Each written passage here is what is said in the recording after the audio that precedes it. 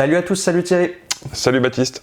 Alors aujourd'hui, on est très content de vous parler de The Mastermind de Kelly Reichardt, qui est une cinéaste qu'avec Théophile, dans une vieille vidéo, on vous disait qu'on attendait avec impatience les films de Reichardt. Je crois que je l'avais placé numéro 1 en fait dans les réalisateurs contemporains dont j'attendais les films. Donc évidemment, on s'est précipité au cinéma cette semaine pour le voir. Thierry l'a même vu 2 fois, puisque lui, il l'a vu aussi en avant-première en fin d'année dernière. Donc lui, il aura un regard encore plus aiguisé que le mien, si tant est que le mien soit aiguisé, bien sûr. Voilà, alors qu'est-ce que c'est The Mastermind ? C'est l'histoire d'un père de famille incarné par Josh O'Connor qui fait des repérages en fait en vue d'un vol de tableaux dans un petit musée du Massachusetts dans les années 60, en 1970 même. Et on le voit au début faire ses préparatifs, ses repérages, et puis ensuite on va le voir faire ce casse dans ce musée. Et ensuite il y aura les conséquences pour lui de ce vol de tableaux, comment il va essayer de cacher les tableaux et comment il va lui-même devoir fuir en fait la police. Toi, Thierry, est-ce que ce film tient ses promesses pour toi ? Alors tout dépend quelle est la promesse en question. C'est une bonne question pour initier la discussion autour de ce film-là, parce que j'ai vu un certain nombre de personnes qui ont pu exprimer une certaine déception, justement via l'angle du film de casse. De dire, bon, c'est pas très palpitant comme film de casse, où Kelly Reichardt voulait déconstruire le film de casse, elle l'a très bien déconstruit, mais elle n'a pas réussi à en faire un film qui soit vraiment passionnant.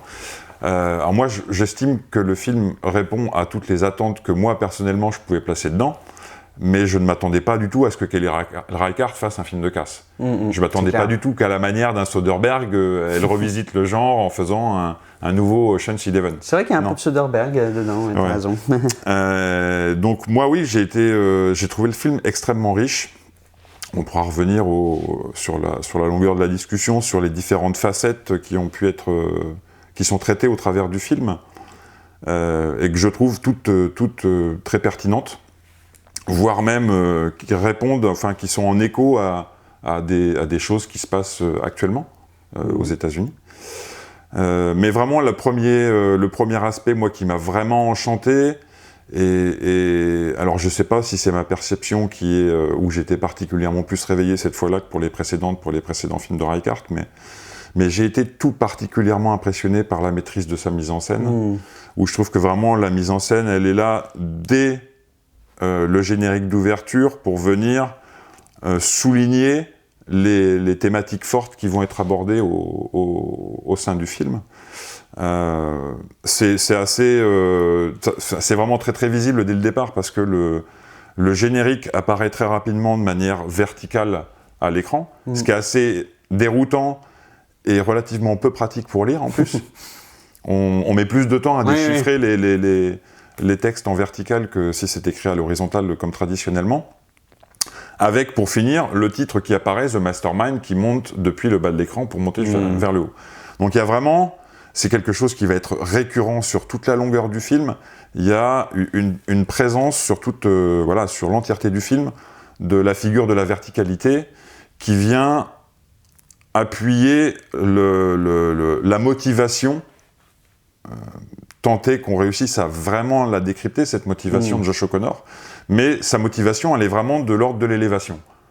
On va dire qu'il est relativement insatisfait de sa condition actuelle, alors qu'elle soit d'ordre professionnel ou personnel, peu importe. Lui, ce qui l'attire, c'est vraiment de monter où on ne sait pas trop, parce que c'est jamais vraiment très clairement verbalisé, comme beaucoup d'autres choses dans le film, en fait, qui sont toujours assez ambiguës dans leur... où je pense que le spectateur, suivant les spectateurs, les choses peuvent être prises d'une manière ou totalement à l'opposé. Mais j'aurais tendance à dire que moi, dans ma perception, il y a une espèce de quête d'élévation spirituelle. Plus tard, dans le film, interviendra un dialogue où... donc c'est vraiment la première partie du film, la préparation et le casse en question pour aller voler 4 peintures dans un petit musée régional, vraiment On n'est pas non plus dans le cas du Louvre. Non. Quand bien même ça semble, dans les deux cas, presque se faire avec une telle facilité que c'est déconcertant. En plein jour, alors que des visiteurs sont présents dans le musée. Ouais. Donc il y a cette conversation qui interviendra plus tard dans le film, où là c'est l'une des rares choses qui va être directement nommée et explicitée. L'une de ces peintures était une peinture que le directeur de thèse de Josh O'Connor avait au-dessus de son bureau lorsqu'il était en train de faire sa thèse, qu'il n'a pas terminée par ailleurs. Et donc cette personne lui dit « mais donc tu as voulu, pour ainsi dire, reprendre la place de ton directeur de thèse ». Donc voilà, pour moi il y a vraiment cette motivation de l'élévation intellectuelle, de reprendre, voilà, d'avoir une assise et une reconnaissance intellectuelle de la part de la société. Pour moi c'est vraiment ça sa motivation. Et donc il y aura vraiment cette figure des verticales, donc dès le générique de départ, mais après dès la séquence de repérage, avec ces corps qui se déplacent, bien sûr, verticaux, on se déplace d'un tableau vers un autre tableau, qui viendra par être contrebalancé dès la seconde séquence. Donc après cette séquence de repérage au musée, le soir, ils vont manger chez les parents de Josh O'Connor. La caméra rentre dans la pièce. Qu'est-ce que l'on voit? Le père de Josh O'Connor totalement allongé sur le canapé, et Josh O'Connor lui-même totalement allongé sur le sol en train de jouer avec l'un de ses deux fils. Et donc c'est vraiment cette figure directement qui vient de l'horizontalité qui vient directement se mettre en opposition à la verticalité de la première séquence. Ça vient vraiment, enfin ça vient jouer beaucoup sur l'une des parties qui viendra alimenter, énerver le questionnement de Reichardt dans le film, entre les motivations personnelles, égoïstes, on peut le dire, de ce personnage, de Josh O'Connor, et cette apparence de la stabilité qu'apporterait une vie familiale, les parents, une femme, des enfants, figurée par cette figure de l'horizontalité, mais qui ne semble pas le satisfaire. Oui, en fait, c'est vrai que sur la mise en scène de Reichardt, pour moi, c'est effectivement une des cinéastes les plus impressionnantes dans la maîtrise de mise en scène dans le cinéma contemporain. Donc, c'était pas une surprise avec ce film-là. Mais je suis d'accord avec toi aussi. Plusieurs fois dans le film, je me suis dit, ah là, on a quand même affaire à une artiste en pleine possession de ses moyens. Moi, ce qui m'a toujours plu chez Reichardt et que je trouve là, c'est qu'elle est passée maître dans l'art de filmer en fait les marginalités, et c'est-à-dire en gros de soigner le cadre pour mettre des gens hors cadre, dans le cadre justement. Donc vraiment filmer, mettre dans le champ des gens qui sont habituellement dans le hors-champ. Donc évidemment c'est ce protagoniste un petit peu médiocre, alors je dis pas ça parce que comme il y a un jugement, mais donc jugé médiocre, on imagine par son père notamment, qui dit voilà, t'es un bon à rien, et bon, le personnage est au chômage, on voit bien qu'il s'est pas épanoui, donc il y a aussi un peu de côté objectif de dire que clairement il ne sait pas réaliser ce personnage-là, et donc Reichardt va se faire fort de le mettre évidemment au centre de son projet, au centre des plans, mais ensuite sa fuite, ensuite son errance vont permettre en fait un geste que Reichardt fait souvent dans ses films, de ensuite décrocher pour aller vers les marginalités américaines qu'on voit peu à l'écran. Et là, ça va être la campagne du Massachusetts où il retrouve un couple d'amis. Ça va être un petit hôtel voilà, de province où il va loger pour 2 francs 6 sous, et puis où la fortune va lui sourire puisqu'il va trouver un passeport dont il va pouvoir se servir pour trafiquer le sien. Et donc la mise en scène de Reichardt, elle se propose d'esthétiser, mais au bon sens, hein, parce que parfois ça peut avoir un sens un peu péjoratif, mais disons de rendre belles les marginalités, ou en tout cas de les inclure. Pour moi, sa démarche, c'est une inclusion dans le récit américain, et ça passe par filmer 2 personnages qui marchent dans la campagne, parce que quand il discute avec son ami, là, il discute de son... Donc c'est toi qui me disais avant là, qu'il y avait des arbres, etc. Donc il filme les arbres en arrière-plan. Avant, c'est des arbres en avant-plan, ils ne cessent de à un moment donné. Derrière, en fait, ils n'arrêtent pas d'être justement caché cache. par ces verticalités Ouais. que sont les arbres. Et donc c'est vrai que dans son choix, elle, des cadres, alors c'est difficile de les décrire précisément déjà parce qu'il faudrait que je revoie le film, mais aussi parce que tout simplement il faudrait avoir le film devant soi et faire une analyse de film. Mais disons que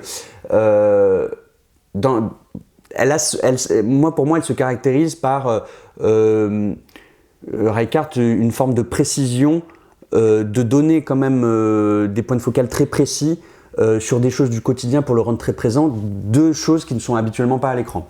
Donc le film pour ça dans un premier temps m'a un peu désarçonné parce qu'effectivement je me disais bon, le film de casse chez Reichardt c'est pas forcément là où je l'attendais et ce qui m'intéresse chez elle, mais évidemment le casse en l'occurrence est montré comme quelque chose d'assez trivial, sans aucune péripétie incroyable, enfin tout est assez quotidien aussi finalement, un peu trivial.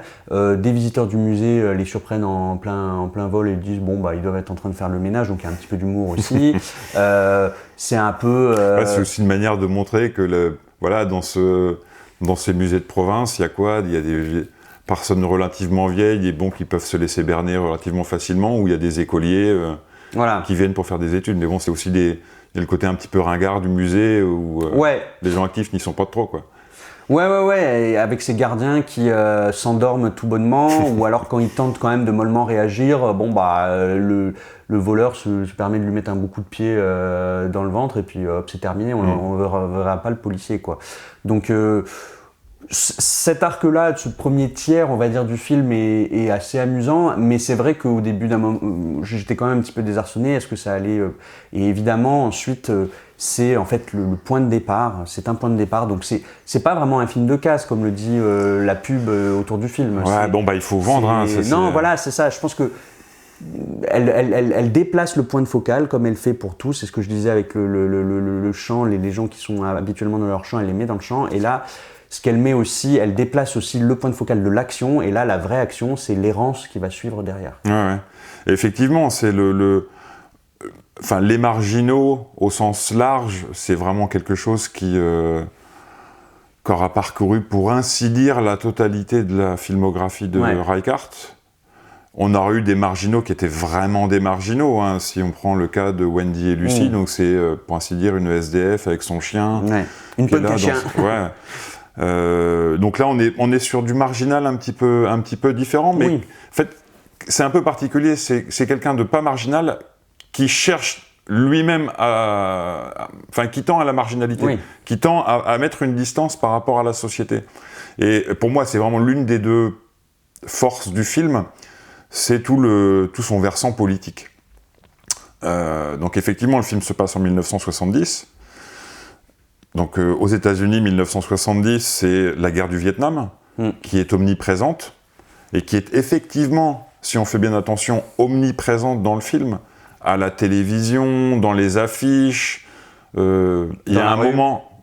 Oui, dans la rue, dans la rue au final, pour la scène finale, mais même subrepticement à un moment, au moment où ils vont aller faire le casse, quand ils récupèrent leur troisième acolyte, en train de faire l'andouille, il y a 4 vieilles femmes qui sont en train de manifester, donc dans cette petite ville, avec des pancartes pour dire les mères contre la guerre du Vietnam ou quelque chose comme ça. Et donc lui a piqué une pancarte, il est en train de faire l'andouille avec.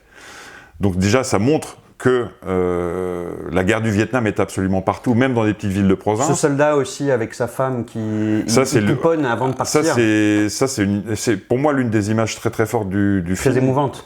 Mais aussi qui dit beaucoup de choses sur l'autre versant très intéressant du film, sur la place de la femme dans le film. Mais pour revenir à la guerre du Vietnam, lui par contre, s'il y a bien quelqu'un, elle est vraiment omniprésente partout. On voit bien que son père regarde ça à la télévision, qu'il a des avis sur ce qui est en train de se passer. Ça commence au départ sur une occupation d'une université, je me souviens plus dans quelle ville aux États-Unis. Et donc il y a des commentaires relativement négatifs de la part de son père, qu'on estime être plutôt pro ce mouvement-là que contre.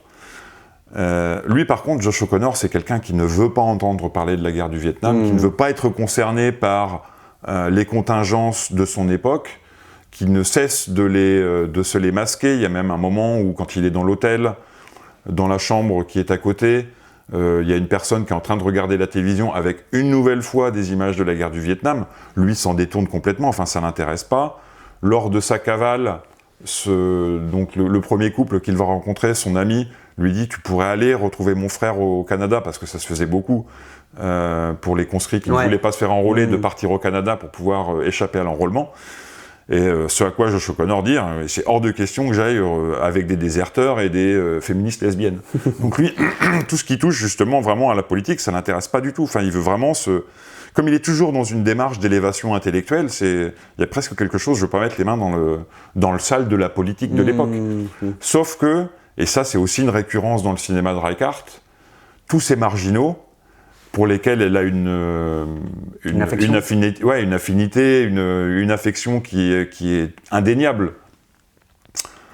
Dans le même temps, elle a un regard très fataliste par rapport à tous ces marginaux pour dire, malheureusement pour vous, malheureusement pour moi peut-être aussi, ça pourrait être une espèce d'utopie de pouvoir réussir à vivre en marge de la société, mais ça ne marche pas.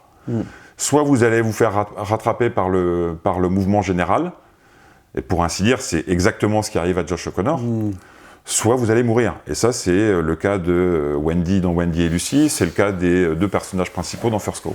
Il me semble quand même qu'à chaque fois, elle prend le soin de mettre des figures qui, elles, sont aussi en opposition à un projet de société qu'elle désapprouve, mais arrive à se créer une petite place un peu à la marge, bien sûr, mais qui arrive à survivre.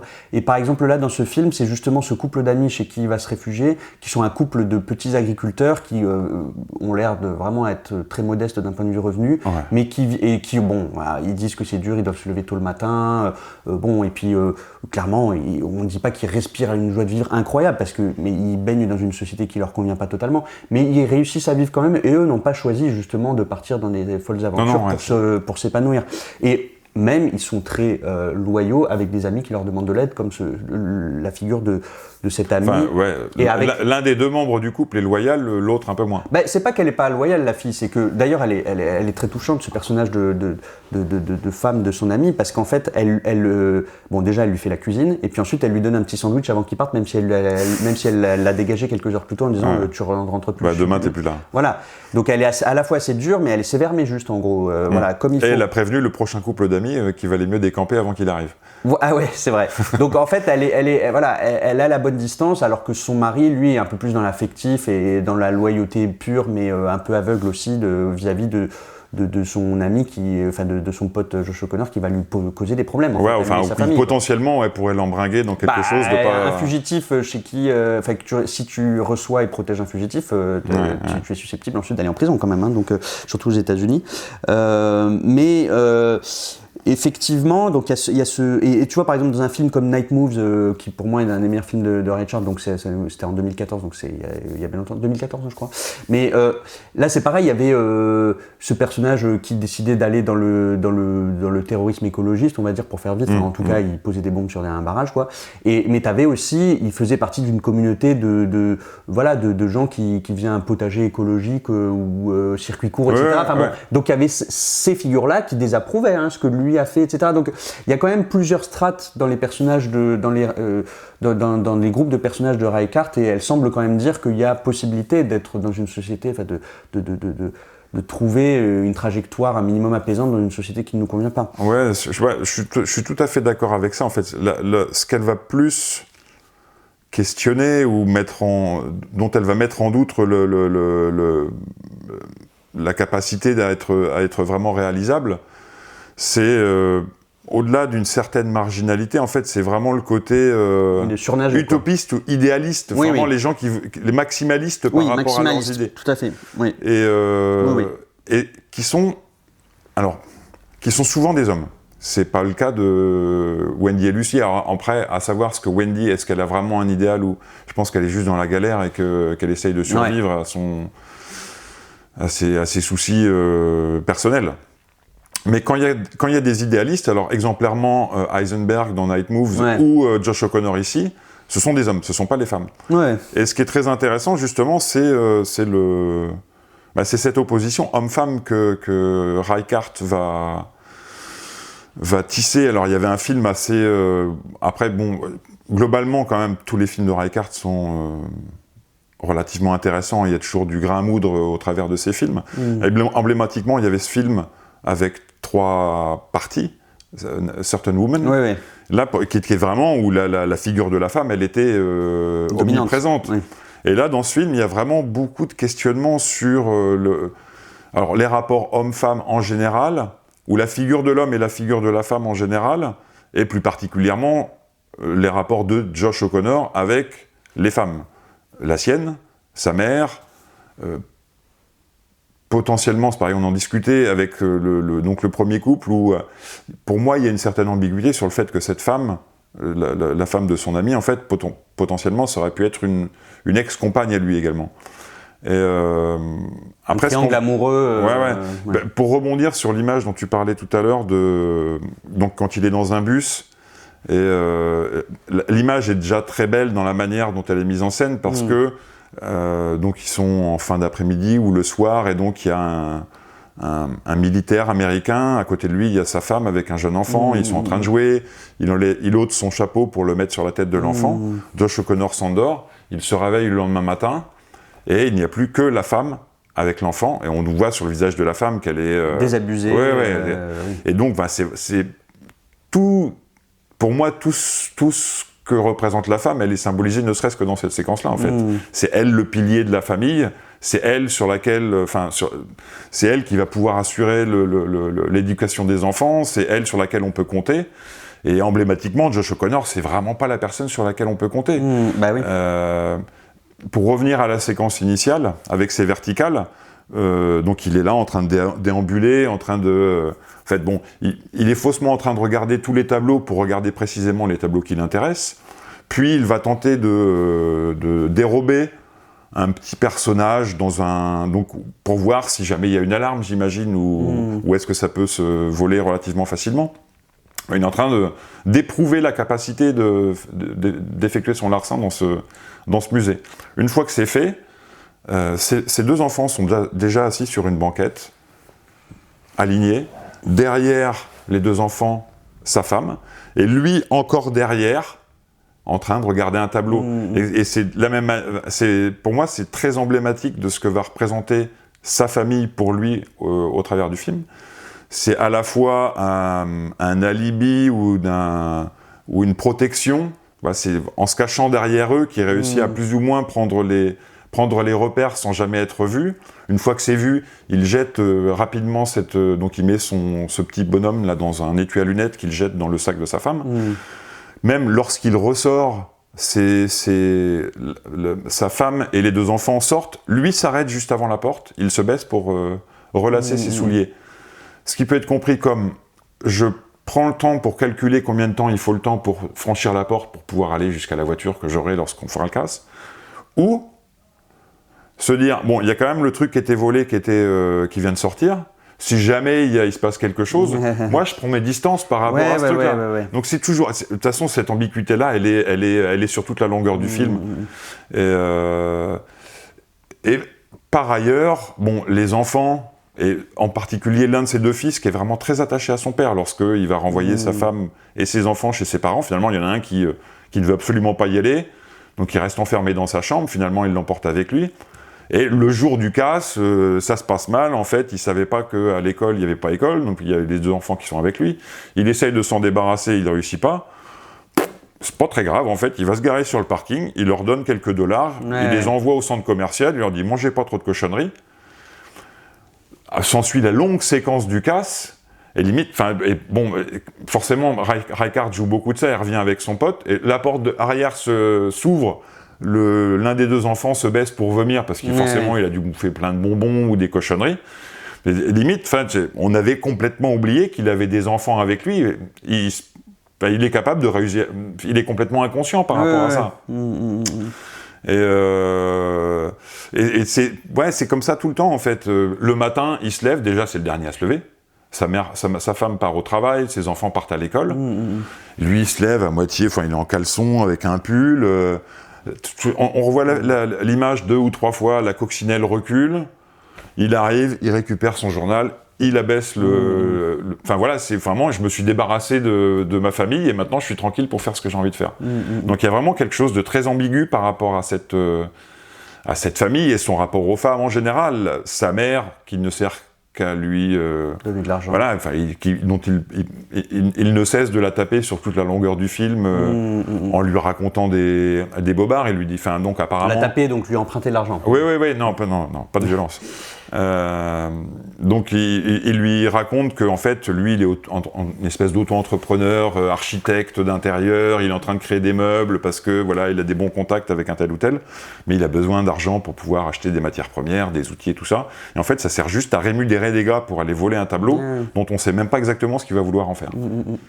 Bah, en fait, c'est ça, c'est que il ment pas tant que ça, il se ment pas tant que ça à lui-même quand il dit ça à sa mère, parce qu'en fait, lui, son projet, et c'est de ça que s'amuse un peu Reichardt, et elle va le confronter ensuite à autre chose, la société, mais elle filme quelqu'un qui veut son aventure, qui veut sa petite entreprise. Ouais, mais c'est du pur égoïsme, hein. C'est vraiment ça que Reichardt questionne. Tout à fait. Après, elle a un petit peu d'affection pour quelqu'un qui veut, effectivement, ce que tu disais, un petit peu une sorte d'élévation, il veut se créer son aventure, et cette aventure est semée de ridicule tout du long, mais ensuite elle va prêter à conséquence, par contre, dans le monde réel, tant auprès de sa famille qu'auprès de la police, puis il y aura une mafia, elle, autrement plus organisée, qui va...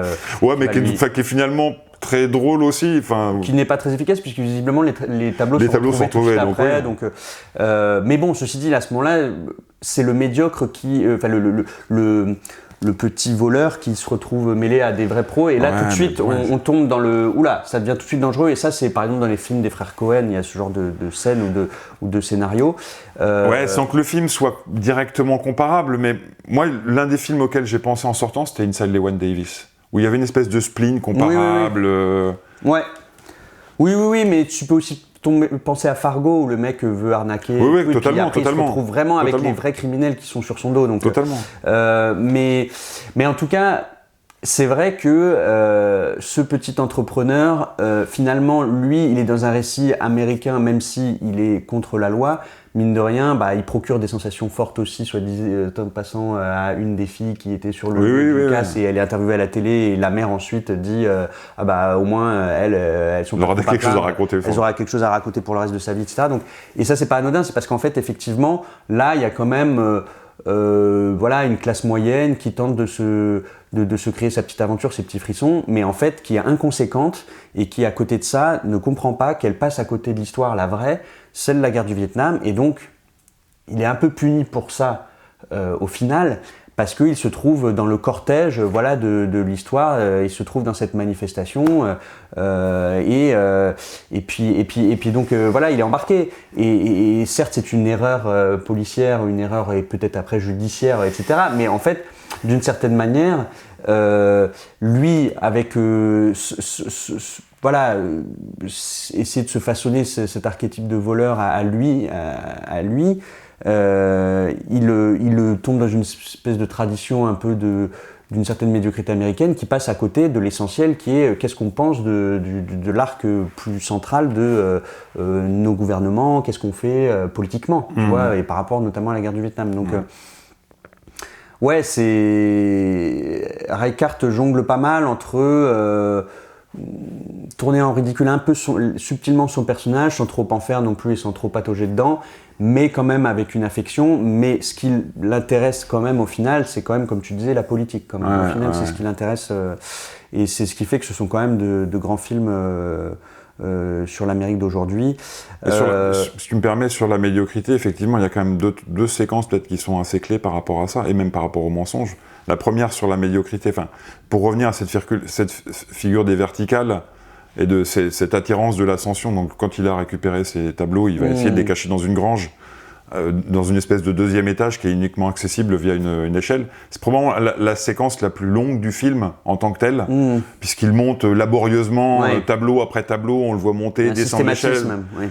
Puis monter le caisson dans lequel il va ranger tout ça. Une fois que tout est bien rangé, il va flanquer l'échelle par terre. Et en fait, c'est vraiment là, voilà, mon coco, une fois que tu es arrivé au firmament de ce que tu souhaitais, quoi ? Malheureusement, il faut redescendre. Et donc, redescendre, déjà, il n'y a plus d'échelle, tu es obligé de te jeter comme un imbécile dans la fange. Il se retrouve tout crotté du purin des cochons qui sont en bas. Donc là, c'est vraiment renforcer cette image de médiocrité. Et après, c'est aussi une autre séquence à la revoyure où vraiment qui m'a beaucoup marqué. La dernière fois, le dernier coup de fil qu'il passe à sa femme, où il commencerait sur un ton de simili-sincérité pour dire mais tout ce que j'ai fait, c'était quand même pour vous, c'était pour toi, c'était pour les enfants, donc sous-entendu, je voulais vendre les tableaux et tout ça. Puis après, bon, il commence à... Bon, en fait, c'est quand même aux 3/4 vrai ce que je viens de dire. C'est vrai que bon, après, c'était aussi pour moi. Enfin bon, on sent bien que... Pour finalement dire, bon, par contre, j'ai plus d'argent, est-ce que tu pourrais pas m'en passer? C'est ça le vrai objet de son appel. Ouais, mais donc vraiment, ça part d'une espèce de hauteur d'esprit, et puis ça se délite à une vitesse fantastique. C'est ce personnage, effectivement, qui se délite dans l'égoïsme, effectivement. Très bien, on va finir là-dessus. On espère que vous apprécierez le film, et puis n'hésitez pas à nous dire aussi en commentaire ce que vous en avez pensé. À bientôt. Salut.